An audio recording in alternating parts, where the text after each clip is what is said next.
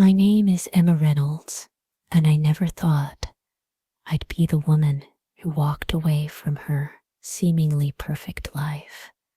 But there I was, standing in the rain outside the Boston apartment I once shared with my college sweetheart, wondering how 17 years of marriage had led to this moment. My hands trembled as I clutched divorce papers in my fist, the ink still fresh, my heart still bleeding.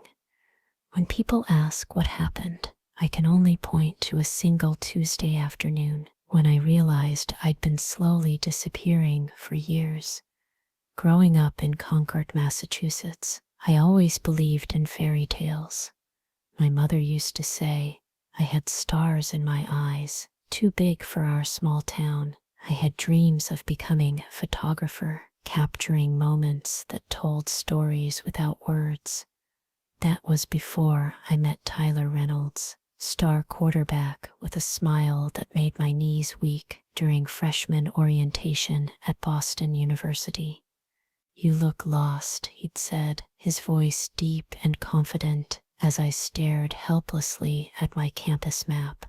"I'm not lost," I'd replied, trying to sound more confident than I felt. "I'm just exploring creatively." His laugh echoed through the crowded hallway, and something inside me shifted.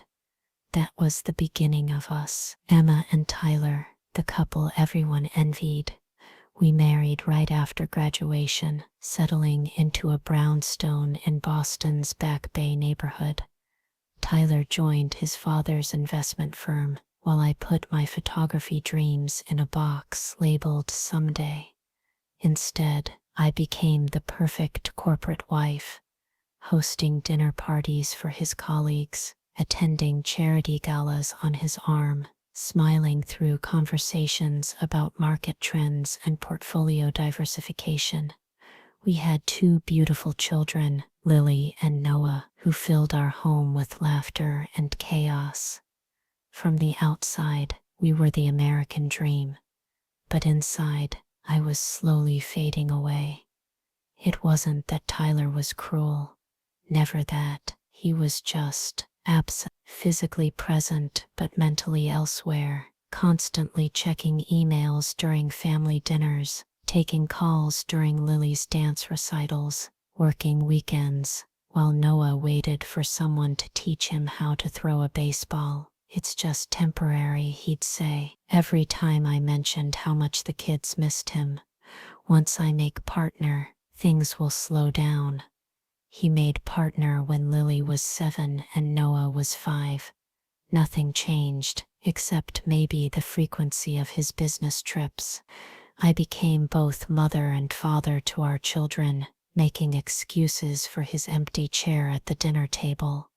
"Daddy loves you. He's just very busy helping people with their money," I'd tell them as I tucked them into bed alone. Again, I didn't realize how much of myself I'd surrendered until that Tuesday afternoon, 17 years into our marriage. It was raining, a gentle spring shower that tapped against the windows of our home. The house was quiet, the children at school, and I was sorting through old boxes in the attic.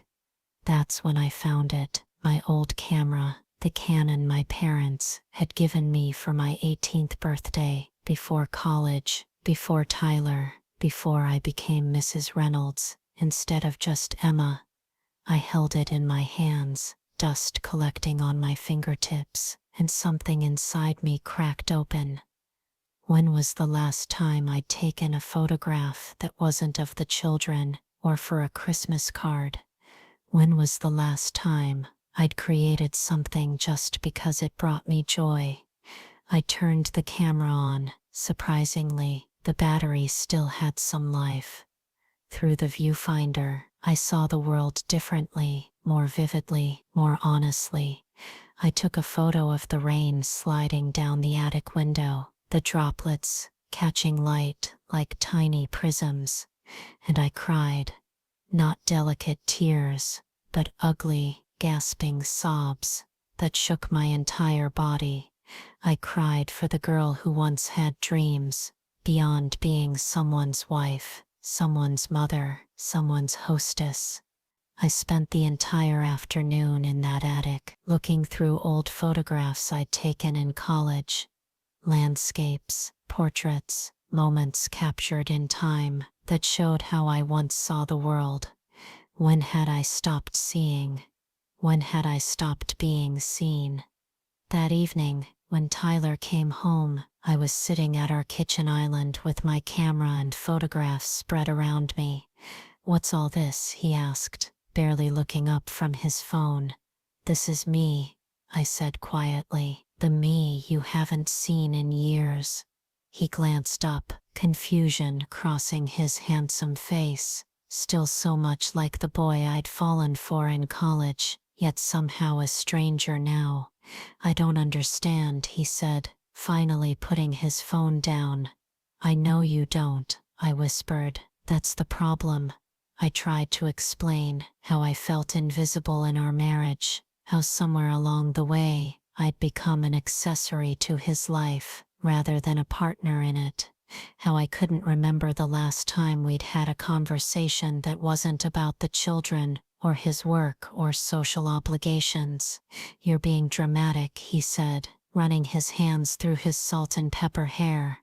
"Every marriage goes through phases. We're just busy right now. We've been just busy for 15 years, Tyler." My voice was stronger than I expected it to be. "When does it end? When do we become a priority again?" He looked at me like I was speaking a language he couldn't understand.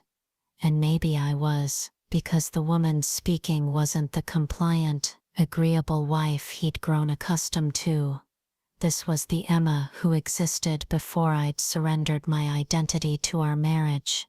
"I have a meeting early tomorrow," he said finally. "Can we talk about this another time?" And in that moment, I knew that another time would never come, because it never had. I knew that no matter how many times I tried to make him see me, really see me, he was looking through me, past me, at the life he thought we should have, rather than the one we actually did. "No," I said simply, "we can't." The next morning, I called Olivia Martinez, my college roommate and best friend who had spent years telling me I deserved more. The friend whose calls I'd stopped returning because Tyler thought she was a bad influence with her divorce and her photography studio in Chicago. "It's about damn time," she said when I told her I needed help. Not judgment, not questions, just acceptance. "What do you need?" "A place to stay, just until I figure things out," I replied, surprised by how steady my voice was despite the earthquake happening inside me. She didn't hesitate. "There's a key under the flower pot. The guest room is yours for as long as you need it." Telling the children was the hardest part. Lily, now 14, looked at me with her father's eyes and said, "I knew something was wrong, but I didn't know how to ask." Noah, at 12, just hugged me tightly and whispered, "Will Dad be mad at you?" Their concern was for me, not for themselves. They had seen what I had been blind to, how I'd been disappearing piece by piece. They didn't ask why I was leaving. They somehow already knew. Tyler didn't understand. He accused me of having an affair, of going through a midlife crisis, of being selfish. He never once considered that perhaps the crisis had been ongoing for years, that the affair had been with the person I used to be before I lost her to our marriage. "What about the kids?" he demanded when I told him I was going to Chicago. "The kids will visit me, and they'll stay with you, and we'll figure it out," I said calmly. "But I can't stay in this marriage anymore. I've been drowning for too long." I looked at him, then really looked at him.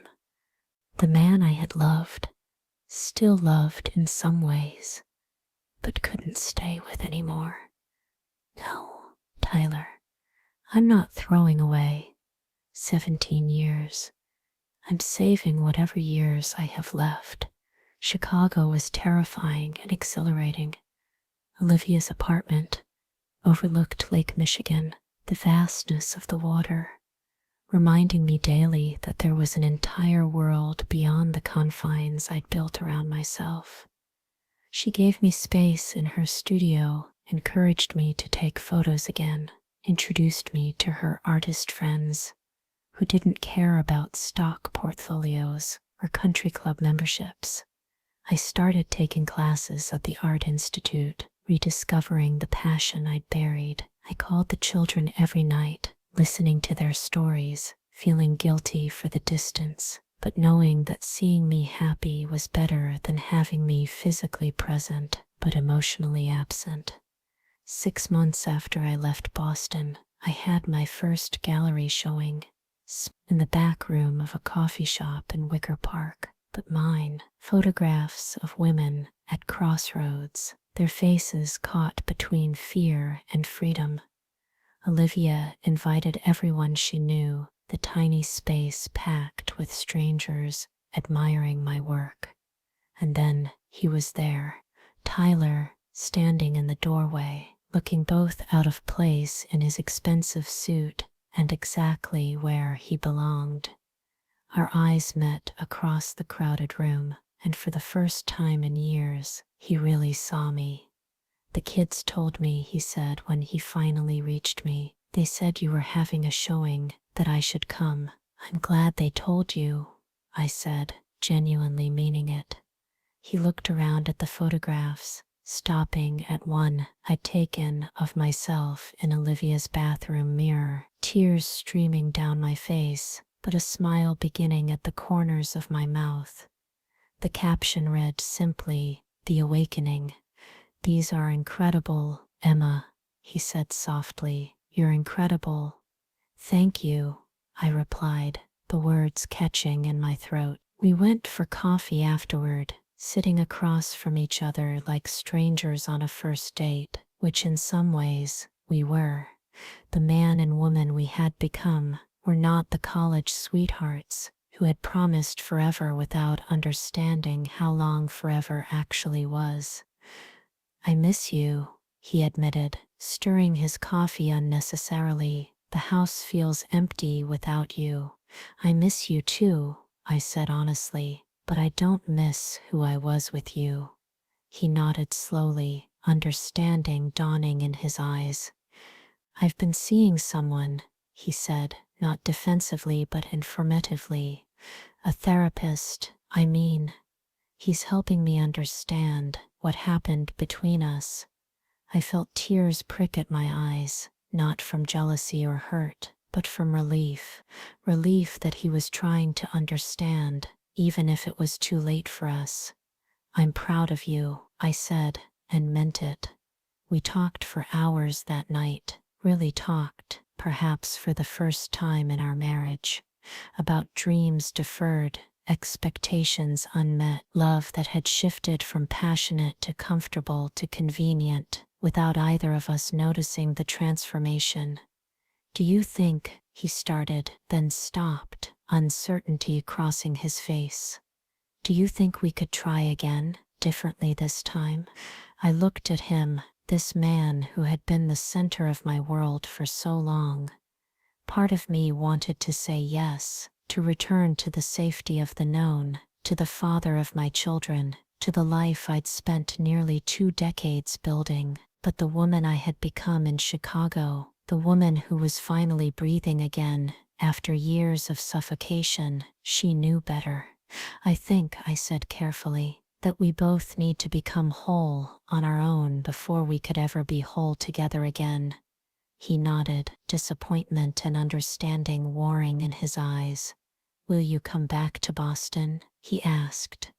"Eventually," I said, "but not yet, and not to our house." The divorce was finalized a year after I left. Not bitter, not contentious, just the formal ending of a chapter that had run its course.